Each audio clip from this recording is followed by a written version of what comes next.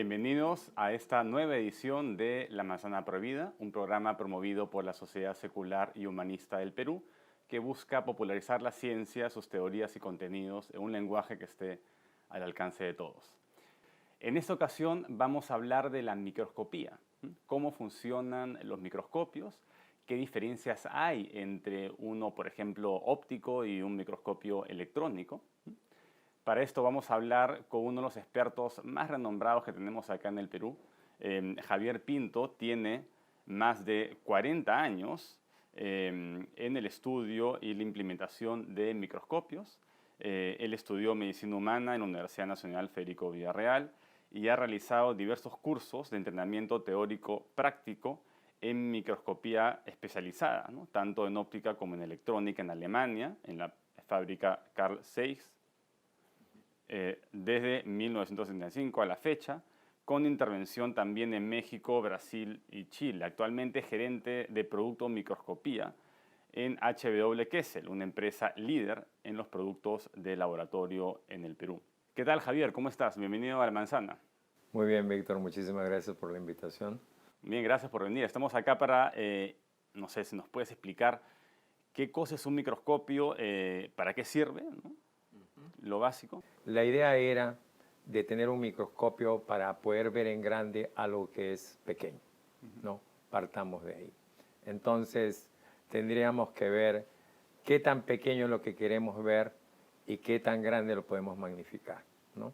Entonces, uno normalmente cuando piensa en un microscopio piensa en óptica, correcto. Un microscopio es un conjunto de lentes ópticos y dispositivos mecánicos que nos permiten ver a altas magnificaciones algo muy pequeño. Esto me hace acordar lo que pasó en 1453, cuando los turcos invadieron Constantinopla, y se dice, ¿no? El mito dice que se juntaban los romanos a discutir sobre cuántos ángeles podían caber en la punta de un alfiler, ¿no? Parafraseando a ese mito, podríamos decir, tal vez cuántas bacterias podrían caber en el ojo de una aguja que tenemos acá en esta manzana. No sé si...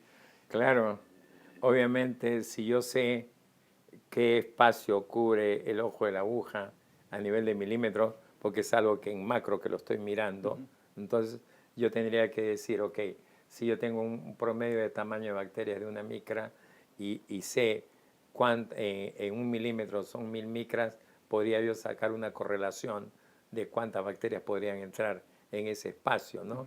Claro, una cosa es ponerlas en forma ordenada y otra cosa es ponerlas tal como estén, ¿no? Pero obviamente el dimensionamiento y lo que busco en tamaños es vital para ver qué es lo que voy a usar y con qué aplicación. Podrían entrar miles o tal vez millones de bacterias en Por el ojo de una supuesto, aguja. por supuesto. Y cosas más grandes como ácaros. No, definitivamente, definitivamente. Ahora, todo depende qué es lo que tú buscas, ¿no? Porque yo puedo estar viendo un ácaro con un microscopio óptico, ¿no?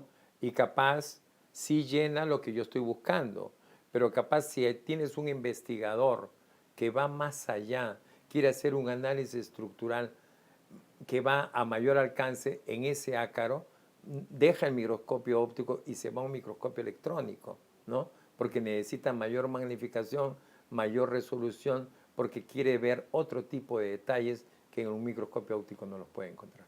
Un microscopio lo que hace es separar los rayos de luz. Tiene una serie de lentes y esos lentes separan la luz para magnificarla, ¿no?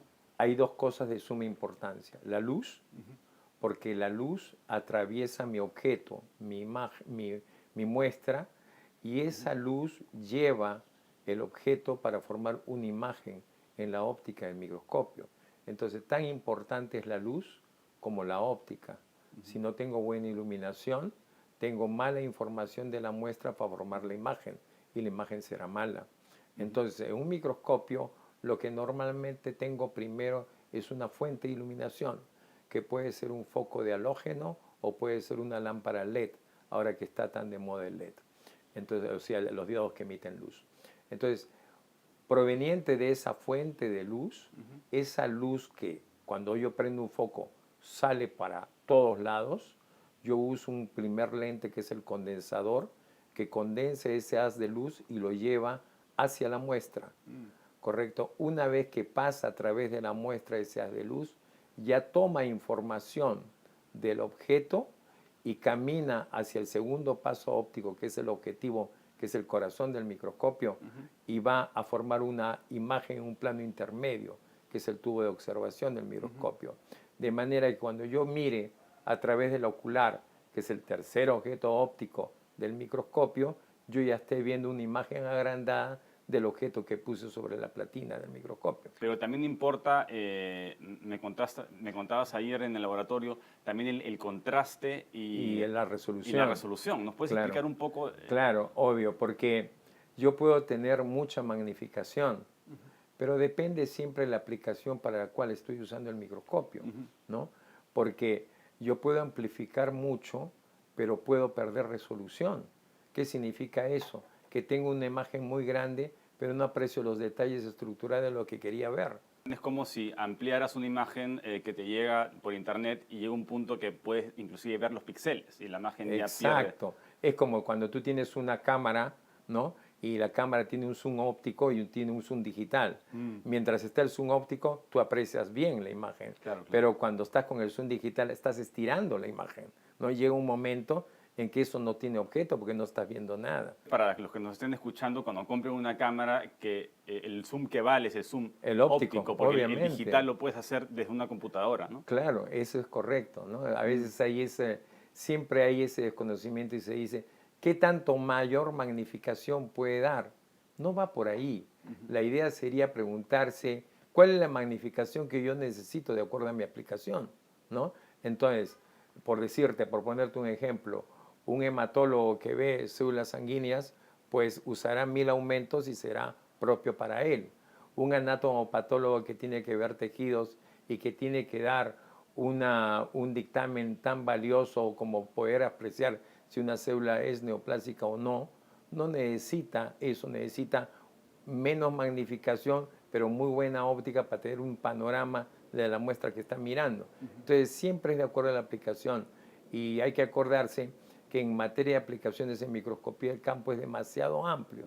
Siempre de uno u otro modo vamos a la educación o la biociencia, pero las aplicaciones de microscopía son tan grandes que también hay un mundo muy amplio que es el mundo de materiales, el mundo industrial. Entonces es importante tener una buena asesoría si tú quieres observar algo muy pequeño, algo invisible al ojo desnudo, digamos.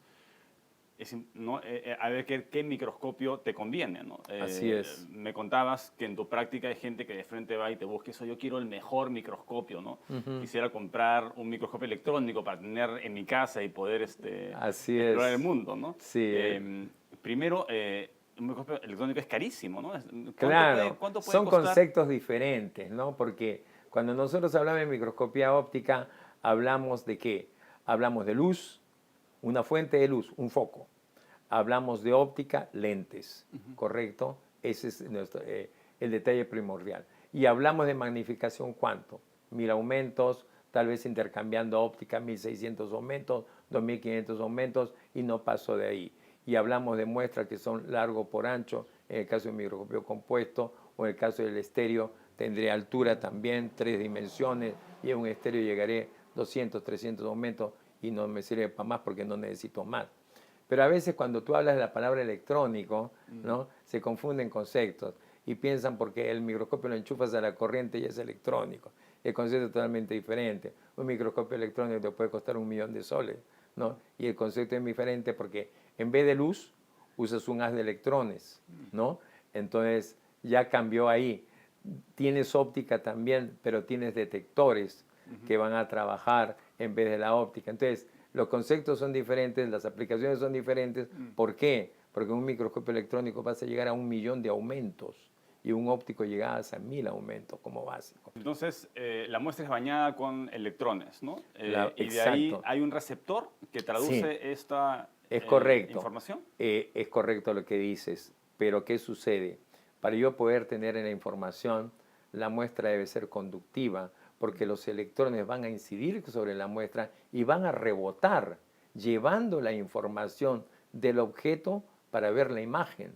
Es como cuando te explicaba el microscopio óptico. La luz lleva la información del objeto para que yo vea la imagen a través del ocular. En un microscopio electrónico, el haz de electrones incide sobre la muestra y rebota y lleva la información de cada punto de esa muestra a un detector. Y dependiendo de la aplicación habrán diferentes tipos de detectores, ¿no? Y ahí recién veo yo la imagen, ¿no? Entonces, son conceptos diferentes, pero el propósito al final es el mismo, tener mayor magnificación y tener una resolución adecuada. Entonces, cuando te hablaba, por ejemplo, de un microscopio óptico, hablábamos de una micra en un microscopio electrónico de emisión, de barrido, estamos hablando de 1 nanómetro, y si el microscopio no es de barrido, sino de transmisión, hablamos de menos de 1 nanómetro, de 0.5 de nanómetro. Entonces, 1000 micras entran en 1 milímetro. Así es. ¿Y una micra cuántos nanómetros entran? Tienes 1000. 1000 también, ¿no? Sí. O sea, 1000 de 1000. Entonces, más o menos eso te da una idea del universo de lo que estás buscando. Obviamente dependerá también tu aplicación. Y así como te decíamos de que en microscopía óptica tenías el campo de la biociencia y materiales, también en la microscopía electrónica abarcas ambos campos. Una última pregunta para cerrar ya esta primera parte. ¿Qué es lo más chico que se puede ver? El microscopio electrónico es el aparato, digamos, que puede ver objetos más pequeños. Es correcto. Supuestamente, ¿no? ¿Qué es lo más pequeño que se puede ver? ¿Se pueden ver los átomos? Mira, es una buena pregunta porque también hay un microscopio atómico. Entonces, siempre el universo de la microscopía nunca termina. Entonces, uno a veces pregunta, ok, tienes un microscopio electrónico, ¿hay algo más? Sí, hay un microscopio atómico. ¿Hay algo más? Sí, hay un microscopio de energía de rayos X. Entonces, no terminamos nunca. Entonces, si yo te hablara de que quiero ver átomos, ¿no? Y yo te hablo de 1 nanómetro, capaz tú me vas a decir, oye, pero habría que ir un poco más allá de eso, Claro. de 0.5. Sí, señor, lo podemos con el atómico. Podemos seguir avanzando. O sea, la microscopía, por eso es fascinante, porque parece que nunca va a acabar. La tecnología nos permite seguir abarcando campos de investigación inimaginables y seguir avanzando. Y también ahora hay no solamente científicos, sino que artistas que pueden manipular muestras muy pequeñas y hacer, digamos, no sé, un paisaje o poner figuras dentro del ojo de una aguja, ¿no? Eso es impresionante. Claro, obviamente siempre usando óptica, porque la forma en que capturas esas imágenes es a través de una cámara, ¿no? Y después ya las vas involucrando dentro de ese espacio y a las finales la vas a mirar con un microscopio electrónico. Estaba pensando si Demócrito tenía razón. Demócrito fue el que ideó, el primero que se le ocurrió aparentemente esta idea del átomo, ¿no? Del átomo indivisible. Y él pensaba que habían 3 tipos de mundos, ¿no? El mundo medio en el que vivimos, que era bastante complejo, el macrocosmos y el microcosmos, ¿no? No había microscopios en esa época, Claro. ¿no? Pero él pensaba que el microcosmos era tan complejo como el mundo medio. Ahora que se sabe cómo es el microcosmos, ¿tú qué piensas después de...? Es muy complejo, por eso es que la tecnología aún no tiene límites en ese aspecto, ¿no? Y antes tal vez cuando hablábamos de magnificaciones y resoluciones altas, pensábamos que con el electrónico ya habíamos llegado al tope, ¿no? Pero cuando hablas de fuerza atómica, hablas de rayos X y todo, te das cuenta que no hay límite, ¿no? Y sigues avanzando, y es verdad, ese microcosmos involucra una serie de investigaciones en las cuales hablas de tamaños demasiado pequeños, ¿no? Inimaginables, tanto así como ese indivisible átomo del cual has hecho alusión, ¿no? Y que lo necesitamos poder apreciar usando microscopios hasta de fuerza atómica. Estuve leyendo el año pasado, en noviembre del año pasado, el equipo de Wonga, utilizando varias cámaras y una potencia computacional considerable, esculpieron la estatua más pequeña del mundo, que no sé si nos puedes contar un poco sobre la técnica que usaron y lo impresionante que es esa técnica. Sí, realmente era impresionante el hecho de que como teniendo un modelo en vivo de una dama, ¿no? Ellos para poder establecer una escultura tan pequeña usaron como 200 cámaras para poder obtener imágenes que luego con una impresora 3D recopilaron las imágenes y pudieron involucrarlas en un tamaño tan pequeño que al final es la única forma que tiene de poderlas ver, es con un microscopio electrónico. Entonces, no solamente se tiene ahora la tecnología para ver el mundo pequeño, muy, muy pequeño, sino manipularlo, inclusive hacer formas complejas, ¿no? Porque Obviamente. esas estatuas son perfectas, ¿no? Y son, digamos, más pequeñas que el ancho de un pelo humano. Así es, por supuesto, es que el microscopio electrónico llega más allá de eso. Muy interesante. Y sobre algunas muestras que son transparentes, supongo que habrán microorganismos o incluso pequeños insectos. ¿Hay alguna manera de verlos? Tal vez se pueden teñir la muestra. Claro. ¿Esa técnica? Normalmente nosotros cuando trabajamos con un microscopio compuesto, trabajamos con láminas y las láminas me dan un largo por ancho de la muestra, ¿no es cierto? Son láminas planas y pongo un tejido. Entonces, puedo trabajar directamente con este tipo de láminas y les pongo un colorante para poderla visualizar. Yo agarro un tejido, le pongo un colorante y la visualizo.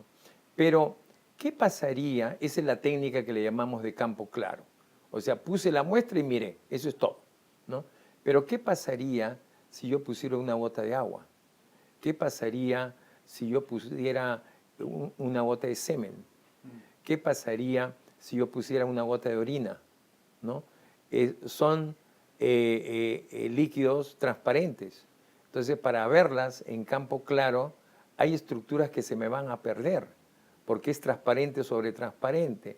Entonces, si no lo puedo colorear en ese momento, ¿cómo lo vería? Entonces, en microscopía hay diferentes técnicas para poder visualizar objetos de acuerdo a la aplicación. Entonces, si yo tengo, por ejemplo, una de estas muestras no coloreadas, hay una técnica que se llama de contraste de fases, en que la luz no pasa a través de todo el lente, la luz pasa a través de un anillo que tiene el lente, tanto a nivel del condensador como el objetivo, y crea un contraste de visión en la muestra, en el cual no tengo toda la luz en la muestra y puedo apreciar muy bien esas estructuras que normalmente en campo claro se me van a perder. Entonces, de acuerdo a la muestra, hay que adaptar no solamente la luz, la longitud de luz o los niveles de energía para generar que la muestra o determinada parte de la muestra reaccione. Y también se pueden usar tintes, ¿no? Claro, que afectan a unos objetos pero no otros, ¿no? Es correcto, son tintes específicos. Es correcto, son colorantes específicos. ¿Nos puedes contar un poco sobre las últimas tecnologías que hay en microscopios que tal vez algunos colegios, universidades puedan adoptar para la enseñanza? La tecnología sigue avanzando y normalmente cuando tú tienes un microscopio al frente tuyo, quieres documentar, ¿no? Quieres tener un testigo de lo que estás viendo, necesitas una imagen. Entonces, para tal propósito, tienes que ponerle una cámara al microscopio, que mediante un software que trae la cámara puedas capturar la imagen y verla en un monitor de tu computadora, en un monitor de tu televisor, en un proyector multimedia, porque se la estás enseñando a un grupo de personas, ¿no? O simplemente quieres capturar imágenes a través de un iPad, por ejemplo, ¿no? En forma inalámbrica. Eso se hace ahora dentro de una rutina, ¿no? Con el uso de cámaras Wi-Fi integradas dentro del microscopio, de manera de que sin aplicar un alto costo ni nada que se le parezca, el usuario puede tener a la mano imágenes digitales de buena calidad a través de cualquiera de estas interfaces. Y es una ayuda muy buena, por ejemplo, al profesor a nivel de las universidades o de los colegios, porque él en la pantalla de su dispositivo, de su ordenador, por decir una tablet de este tipo, puede ver las imágenes de los alumnos que están dispuestos en sus pupitres a cierta distancia. Entonces es muy didáctico para que él pueda enseñar a cada uno de ellos sin necesidad de moverse mucho de su pupitre. No sé si nos puedes dar algunos consejos sobre cómo incentivar el uso del microscopio en niños, ¿no? Normalmente a los niños se les dan artefactos electrónicos, se les da juguetes, pero los padres a veces no están pensando en un juguete útil, ¿no? Que les sirva para incentivar la ciencia. ¿Recomendarías comprar microscopios? Todo aquello que sea un incentivo a nivel educativo es válido, ¿no? Y hay casas comerciales que te venden microscopios básicos para ese tipo que tú estás señalando, en el cual incluso te venden ya láminas preparadas para que se puedan ver, láminas de botánica, por ejemplo, para que puedas ver diferente tipo de flores, ¿no? O láminas de tejidos. Es un gran incentivo. Estuve escuchando hablar a Neil deGrasse, que es el que dirigió la última serie Cosmos, y él decía que lo que le incentivó a la astronomía era unos binoculares. O sea, cuando era chico le regalaron unos binoculares y pudo ver la luna y las partes de la luna, ¿no? Igual, a alguien le regalan un microscopio de chico y eso puede ser el incentivo para una carrera de ciencia en el futuro, ¿no? Por ejemplo, vamos al ejemplo práctico. Agarras una lámina de vidrio, que es lo que le llamamos lámina portaobjetos, de 3 por 1 pulgada. Pon una gota de agua de regadío ahí, ponle un cubreobjetos encima y mira el microscopio. Y mira los bichos que vas a ver ahí, que ni te imaginas que existían, porque no los ves a simple vista y lo estás viendo al traer el microscopio. El agua potable tiene algo de bichos, lo que pasa es que no O sea, no generan enfermedades. digamos que es una manera en que tú podrías cerciorarte, ¿no? Cerciorarte al visualizar, pero es uno de tantos ejemplos. Y bueno, me comentaste que los microscopios electrónicos son bien caros, ¿no?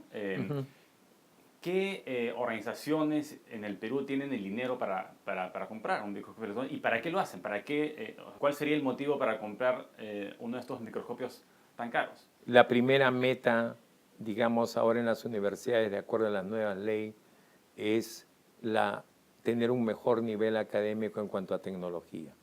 Entonces, un microscopio electrónico, tanto en el área de la biociencia como en el área de materiales, es de suma utilidad.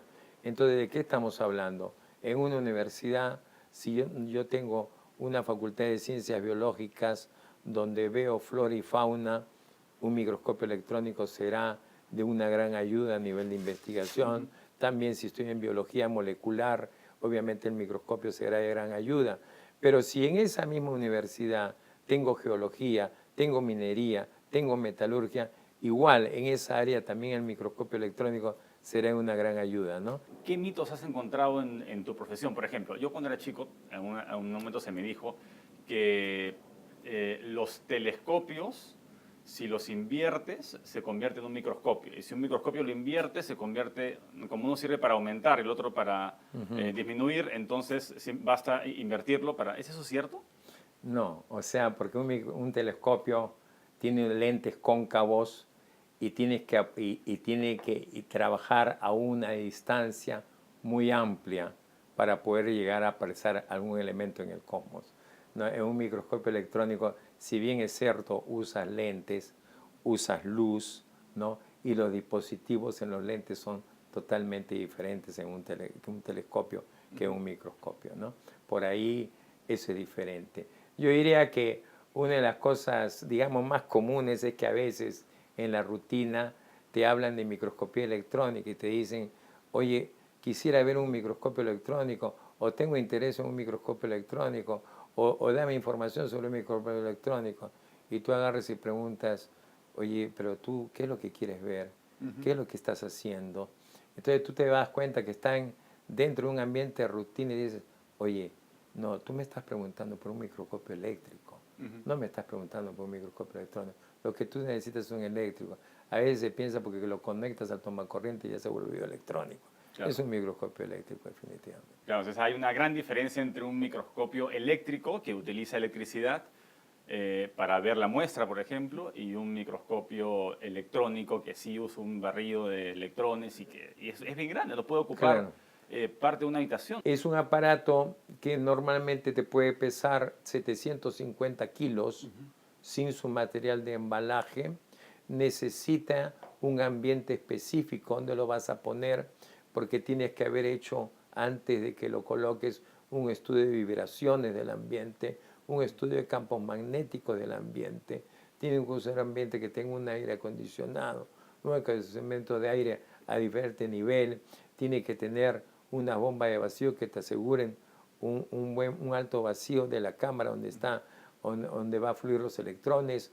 Entonces, sí necesitas ambientes específicos para trabajar, necesitas un entrenamiento muy específico de la persona que lo va a operar. Tú has aprendido todo esto a fuerza de instalar telescopios de práctica durante años, pero ¿en el Perú hay un lugar donde se puede estudiar la microscopía? Lo ves colateralmente cuando vas a una determinada ciencia, pero no como una carrera, ¿no? Que tú me dijeras, oye, ¿hay una carrera de microscopistas? ¿Existe eso? Pues definitivamente que no, ¿no? Pero sí has dictado talleres antes sobre el asunto. Ah, eso sí. Es la única manera en que la gente pueda tener acceso a la tecnología, es definitivamente poder dictar charlas, conferencias, motivarlos en el estudio de la microscopía para sus aplicaciones. No sé si tienes a un lugar donde te puedan contactar para que den consultas sobre microscopios. Cualquier información feliz porque esa es mi vida, la microscopía.